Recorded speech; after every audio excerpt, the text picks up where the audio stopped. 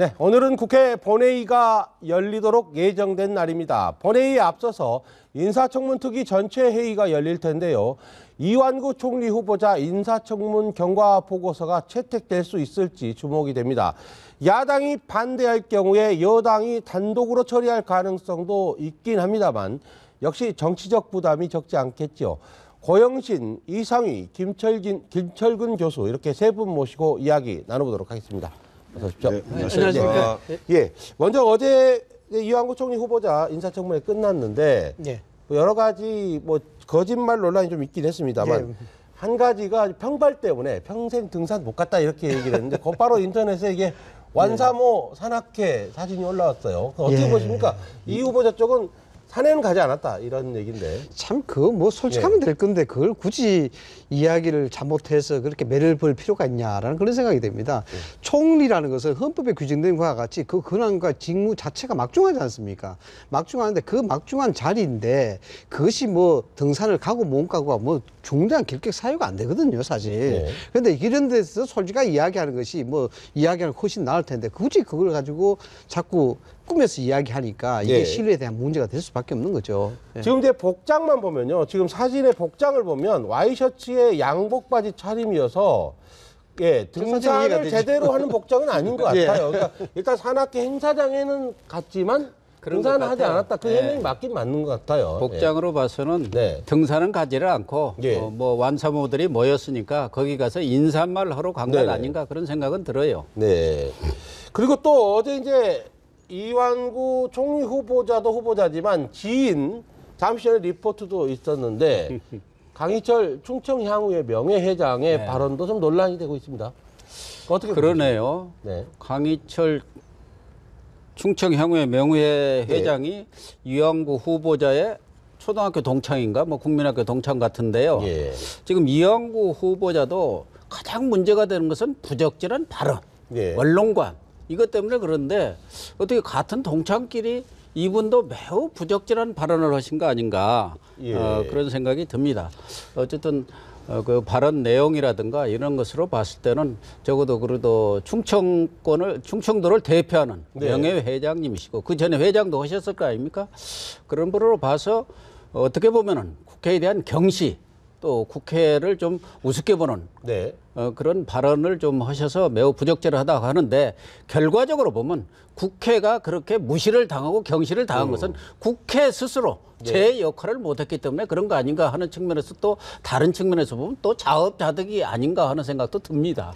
예전에는 이제 국회에 출석하는 증인이나 참고인들이 출석할 때 상당히 긴장하는 모습이었는데 몇 년 전부터인가는 국회 청문위원들이나 국회의원들한테 상당히 당당하게 이렇게 맞대응하는 그런 모습을 보이는 걸 보면 상당히 국회의 권위가 떨어진 건 틀림없는 것 같아요. 국회 스스로의 자업자득이죠. 그 국회의원들이 그 의원들 사이에서의 회의장에서의 막말, 그다음에 뭐 기자들과의 관계에서의 막말 이런 것들이 전부 국민들한테 알려졌잖아요. 그리고 그러면서 이제 청문회장이라는 게 사실은 그 국무총리 후보자를 위한 증인으로 나온 청문 그 자리잖아요. 그 자리에서 국회의원들한테 그렇게 말할 정도면 아주 우습게 아는 거죠.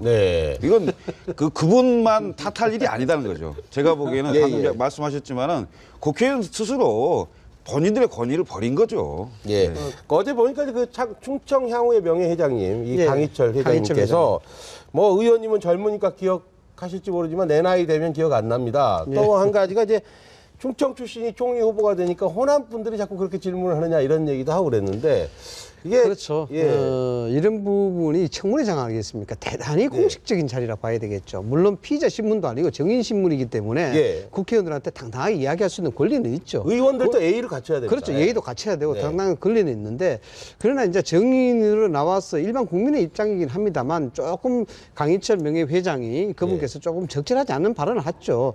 그 공식 석상에서 충청 명예회장이라는 직함을 가지고 그 타이틀을 가지고 나와서 호남에 대한 얘기를 하고 이런 것들은 정말 적절치 않는 그런 얘기라고 봐야 되겠죠. 강 명예회장의 그런 발언은 예의에도 어긋나고 품위와 품격에도 어긋나는 것입니다. 물론 뭐 국회의원들이 자업자득의 결과로 그런 상황까지 온 것은 있지만 그래도 본인은 지금 그 국회의원을 상대로 한 게 아니고 국민 전체를 상대로 하는 것이고 더군다나 이 이 내정자를 좀 어떻게 보면은 좀 도로 나온 거 아니겠습니까? 네, 예. 결과적으로는 저런 사람을 통창을 하고 저런 사람과 같이 땅 투기를 한 거야?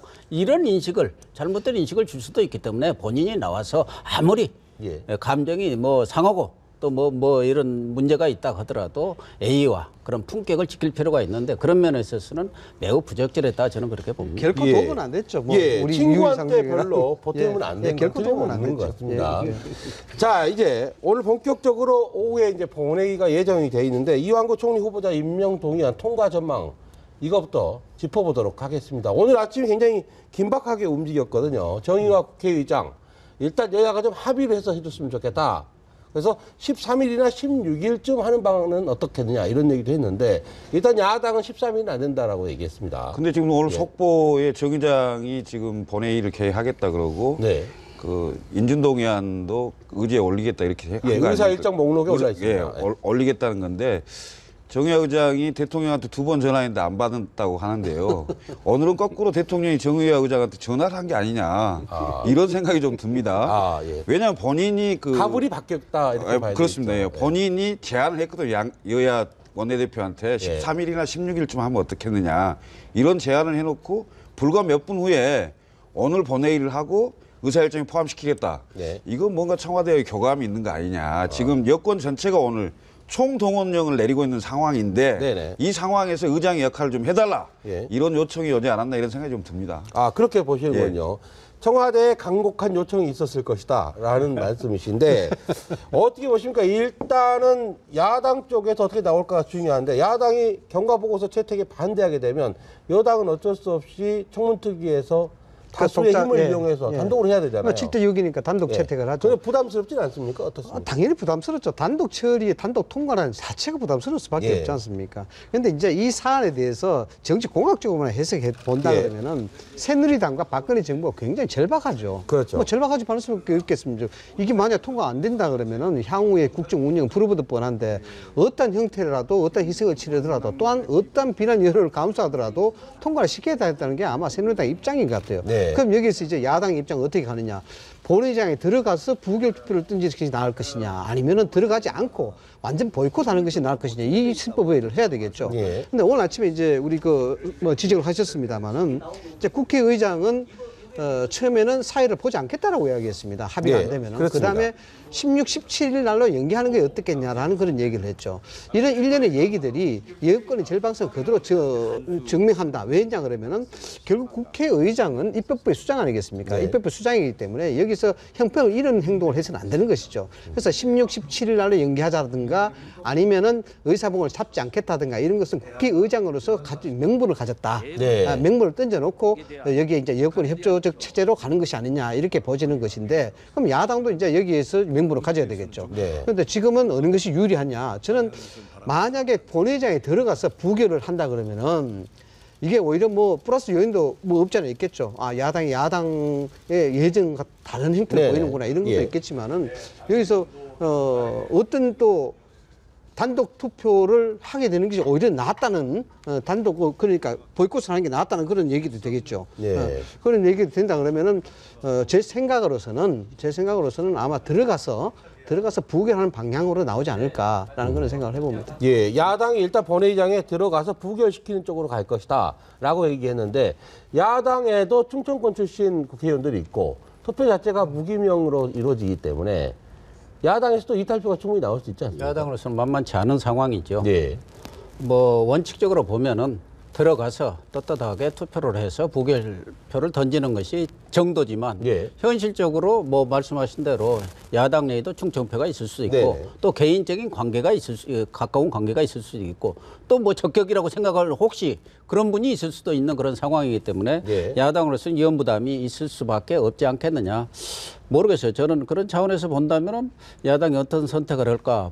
지금 전체적인 뭐 야당 내 기류는 예. 불참하는 것으로 해서 확실하게 명백하게 반대 의사를 표명하자. 그래야 분란의 여지도 없지 않겠느냐. 네. 경우에 따라서는 여당 내에서 여당만 했는데 뭐 통과가 이제 여당만 한다면 75표 정도만 얻으면 되니까 반만 얻으면 통과는 되지만 네. 혹시 또 반대표도 나올 수도 있고 네. 기권표도 나올 수 있고 그런 것을 명시적으로 반대 못 오니까 무효표를 만들 수도 있고 그렇게 될 경우는 오히려 여당이 자중질환에 빠질 수도 있기 때문에 여러 가지 전략에 고심을 하지 않겠나 그런 생각이 듭니다. 맞습니다. 지금 고영신 교수님이 짚어주셨는데 이게 바로 이제 원내 전략의 묘미이기도 하고 여러 가지 흥미로운 부분입니다. 만약 야당이 본회의를 보이콧하고 여당만 들어가게 되면 여당도 이탈표가 나올 가능성을 배제할 수 없지 않습니까? 그렇죠. 그러면 여당 지도부가 상당히 난처하게 되죠. 그렇죠. 지금 의결 정족수가 148명입니다. 네. 148명이고 새누리당의 그 의원 수가 158명인데 지금 뭐 구속돼 있는 사람도 있고 뭐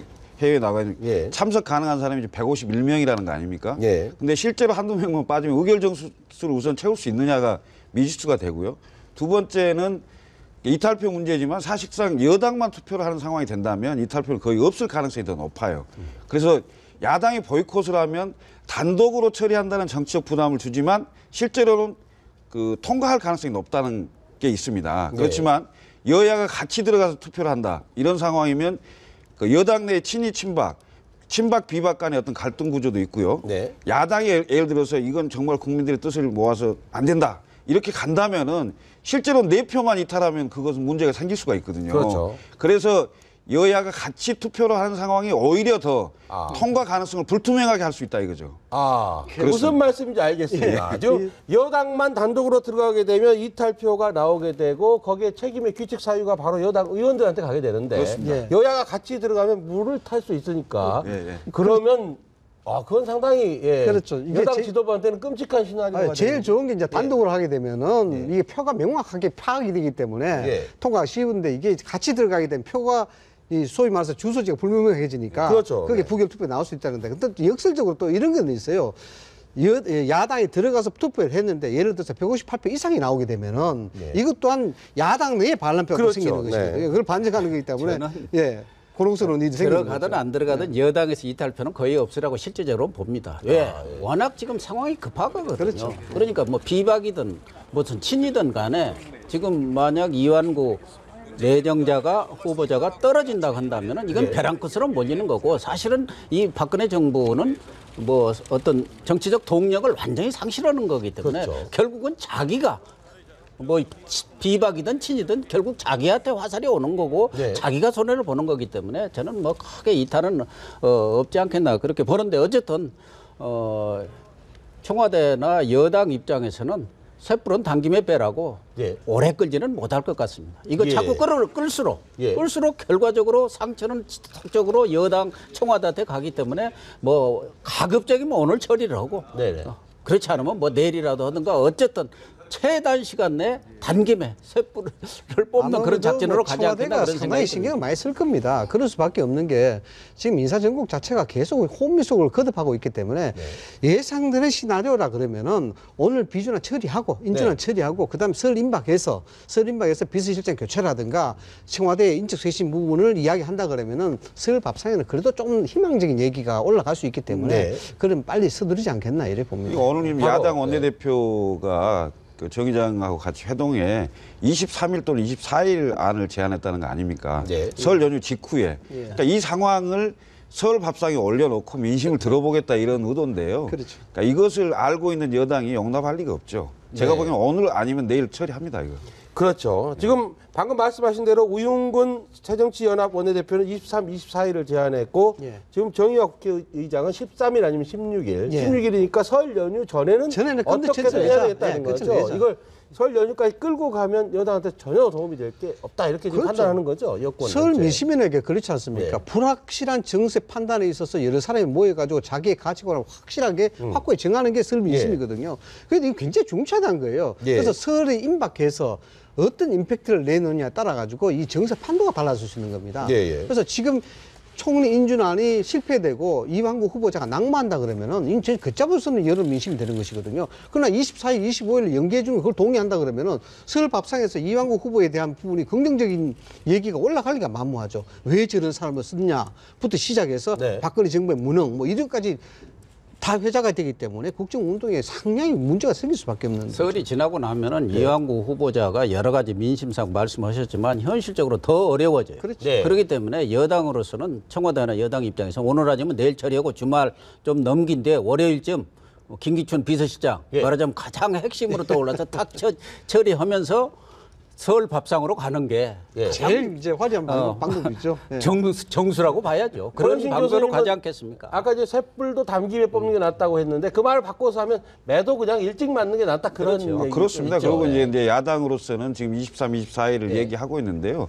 과연 이 여당이 강행 처리나 단독 처리를 하려고 했을 때 야당은 과연 어떻게 해야 되느냐. 지금 국민 여론이 그렇게 이완구 총리에서 호의적이지 않는 상황인데 야당으로서는 국민의 여론을 받아야 되고 또한 여당하고 대결 구도만 가져가는 게 아니고 국가도 좀 생각해야 된다는 차원에서 본다면 과연 이걸 어떻게 해야 되냐. 23일, 24일까지 계속 밀고 간다는 것은 이완구 총리는 안 해주겠다는 뜻을 말하는 거거든요, 사실은. 네.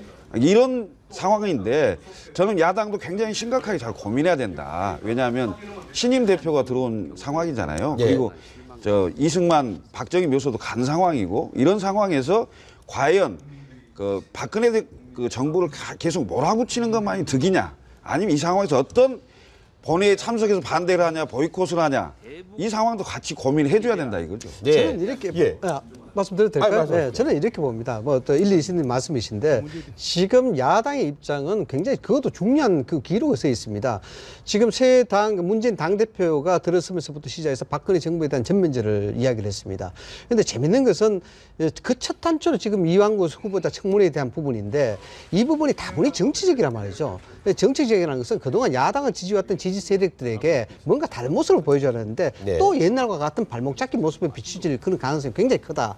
그래서 다행스럽게 지금 문재인 당대표가 치고 나온 게 정서야 복지입니다. 아주 정책적 아젠다를 이제 들고 나왔죠. 그런 어젠다가 있기 때문에 이 청문회에서는 정말 부적격하다는 명분만 갖고 갈등은 정책으로 갈 것이다라는 것이 제 생각입니다. 아, 그렇게 그러니까 보시는군요. 제가 네. 보더라도 문재인 대표로서는 전면제는 정책을 갖고 전면제를 벌이는 거고 예. 거기에 명분 있는 그런 그 정책을 제시를 하면서 박근혜 정부를 압박할 거고 이 정치 면에서는 아마 본인의 그런 통큰 정치를 보여주는 것이 앞으로 대권 전략에도 맞고 지금 어떻게 보면 뉴 문재인 플랜을 지금 가동시키고 있는 것 아니겠습니까? 예. 화합과 통합 뭐 이런 게 하면서 그렇기 때문에 이번의 경우에도 그런 차원에서 이 총리 문제도 해결해 나가지 않겠나 그런 생각입니다. 또 한 가지가 지금 문재인 대표는 대권 주자입니다. 지금 여론조사에서 차기 대권에서 항상 1위를 지금 1, 2위를 다투고 계신 분인데 이 문재인 대표가 충청권 출신인 이완구 총리 후보자를 어떻게 다루느냐가 본인의 다음 대권을 신경 안 쓸 수가 없거든요.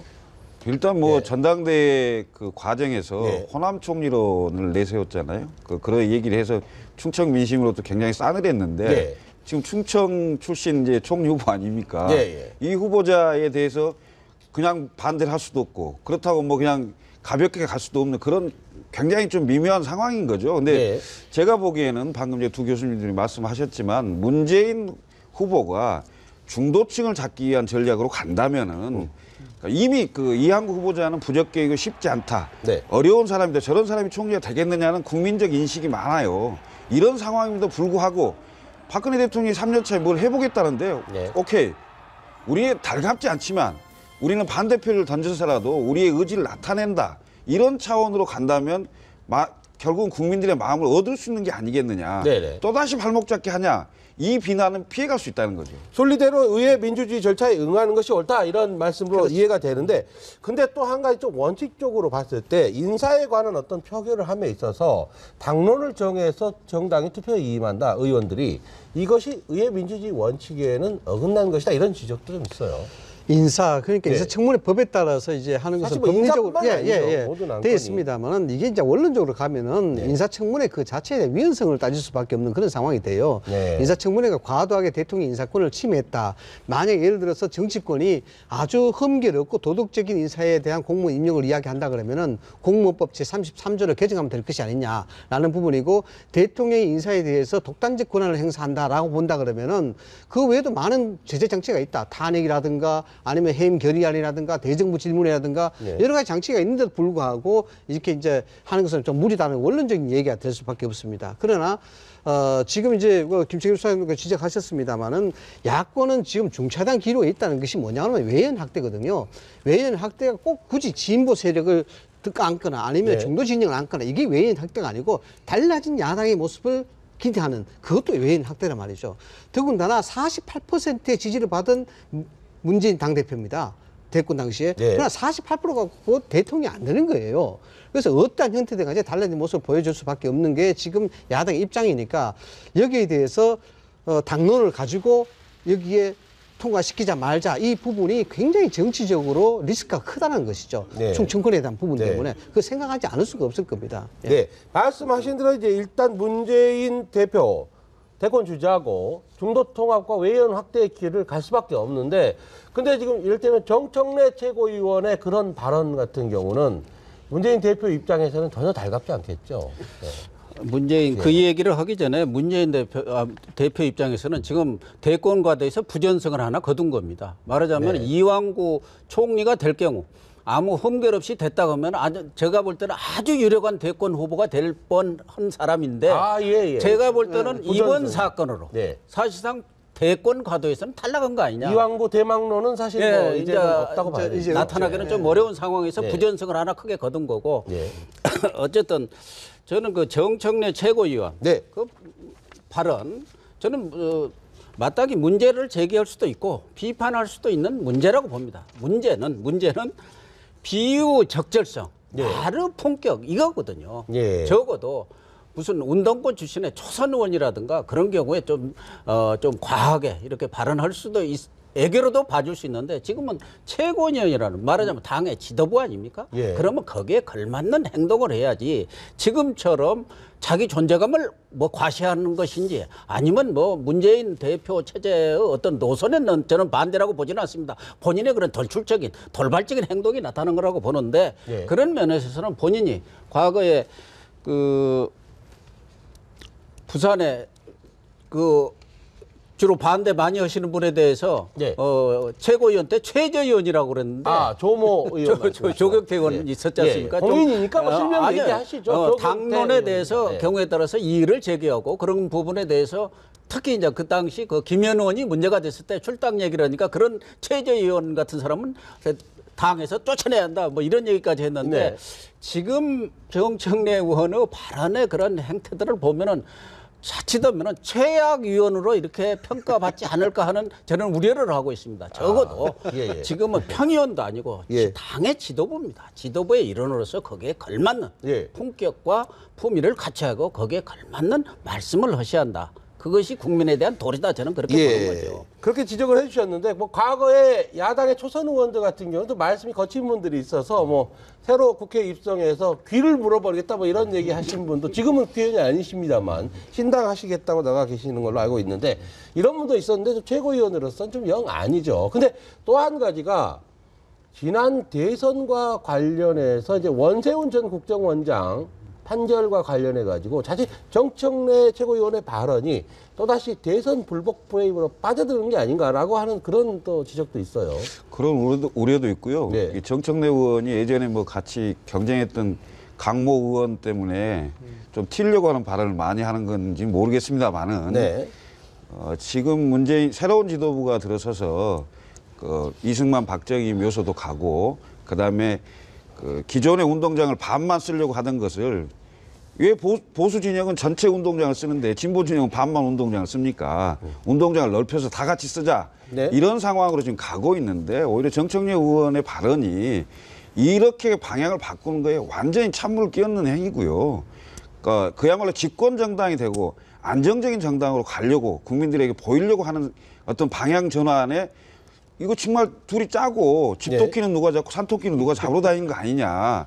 이렇게 하는 양상으로 보이는 게 별로 적절치 않고요. 예. 더군다나 발언 내용이 히틀러, 뭐 천황, 야수꾼이 네. 이게 지금 입에 올릴 수 있는 사안입니까? 적어도 대한민국 한 나라 내에서 여야, 보수, 진보로 경쟁을 하는 거지 전쟁하고 적으로 삼는 건 아니지 않습니까? 그러니까 이런 건 너무 상식적으로 말이 안 된다라는 생각이 좀 들고요. 예. 그러니까 최근에 이제 그러고 나서 이제 재판이 하나 있었잖아요. 그 원세훈 국정원장 재판이 있으면서 이 강경 발언들이 과연 또다시 이제 3년 차가 됩니다만은 아직까지도 지난 대선을 가지고 불복 상황으로 가는 거 아니냐. 네. 더군다나 지금 당 대표가 대통령 사과까지 지금 얘기가 나왔잖아요. 사과해야 된다 얘기하고 그러나 이건 불복은 아니다라고 또 얘기를 했어요. 그렇지만 그 강력하게 지지하는 지지층에서는 이건 이렇게 해서 선거법 위반으로 대통령 됐는데 대통령 이거 정통성에 문제 있는 거 아니냐. 네. 이렇게 충분히 시비를 걸 수 있는 상황이 되거든요. 이 상황이 되는데 이것을 어떻게 네. 저는 지금 상황에서 정통성 문제를 얘기해갖고 그걸로 흘러간다면요. 앞으로 3년 대한민국은 없는 거예요. 네. 온갖 정쟁으로 끝나는 겁니다. 그 피해는 오로지 국민들에게 오고요. 그리고 다음에 집권할 기회는 야당 또한 잃는다는 거예요. 저는 그 점을 명심해야 된다고 생각합니다. 예. 네, 예. 정책위원회 발언에 짤막에 하나 더 붙이고 싶은 것은 그 발언 결과가 뭐 이렇게 언론이라든가 여론의 비판을 받으니까 언론 탓으로 돌렸더라고요. 예, 언론이 탓을 발언을 얘기도 왜곡 아니고 또 하나는 얘기를 합니다. 마치 그 후에 나온 얘기를 보니까 호남에서 무슨 지지가 있는 것처럼 자기 발언에 대해서 그런 유사한 그 발언에 대해서 호남에 어떤 사람이 그 사람 발언에 대해서 지지하는 사람이 있습니까? 호남 물론 쪽의 한두 사람 여론을 대변했다 그런 식으로 얘기를 했죠. 그러니까 예. 무슨 예. 호남에서 그 사람 얘기에 동조하는 사람이 몇이나 돼요. 물론 있을 수는 있겠죠. 네. 그러나 그게 무슨 호남 사람들이 누가 그 사람 발언을 지지하는 사람이 있냐 이거예요. 손 들고 나와보라고 하세요. 그러니까요. 그 좀 실명을 좀 제시를 했으면 좋겠다는 생각이 듭니다. 끝으로요. 이 예. 문재인 대표가 이 원세훈 재판과 관련해서 박근혜 대통령의 사과를 직접 요구한 것에 대해서 어떻게 평가하십니까? 지금 본인이 직접 선거를 같이 라이벌로 경쟁했던 사람인데. 그렇죠. 예. 이제 여러 가지 뭐 사연들이 없잖아 있겠습니다만 저는 문재인 당대표는 야당의 당대표이기 때문에 뭐 할 수 있는 정치 레토릭에 불과하지 않느냐 예. 이렇게 봅니다. 뭐 역설적으로 우리가 가정을 해서 생각하면 그 간단한 결과가 나오지 않겠습니까? 지금 이 사안을 가지고 대법원 판결이 남아있는 상황인데 여기 찬반 양론에 아직까지도 극명히 갈리고 있고 더군다나 이야기 따지면 댓글 써서 대통령이 당선되겠느냐라는 그런 어떤 회의적인 발언들도 많이 나오고 있는 상황인데 지금 대선 불복으로 새정치가 몰고 간다 그러면은 이게 역풍이 됐지 이게 새정치가 외연을 확대하고 지지를 받는데 큰 도움은 안 된다 이렇게 네. 봐야 됩니다. 예. 예. 세 분이 그 부분에 대한 의견은 일치하시는 것 같습니다. 오늘 말씀은 여기까지 듣도록 하겠습니다. 고맙습니다. 네.